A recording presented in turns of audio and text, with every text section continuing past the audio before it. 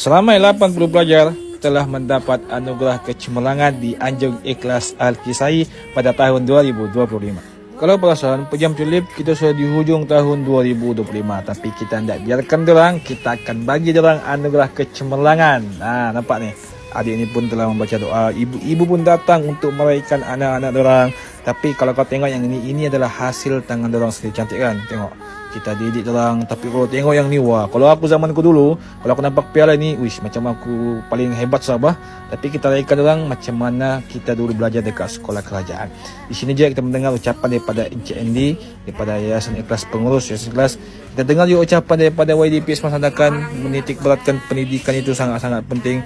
Ini juga Ustaz Sufan, Ustaz jemputan kita, supaya anak-anak ini lebih gemar lagi belajar walaupun banyak kekangan. Tapi di sinilah memori akan tercipta. Terima kasih yang bersama Yayasan Ikhlas. Saksikan video seterusnya.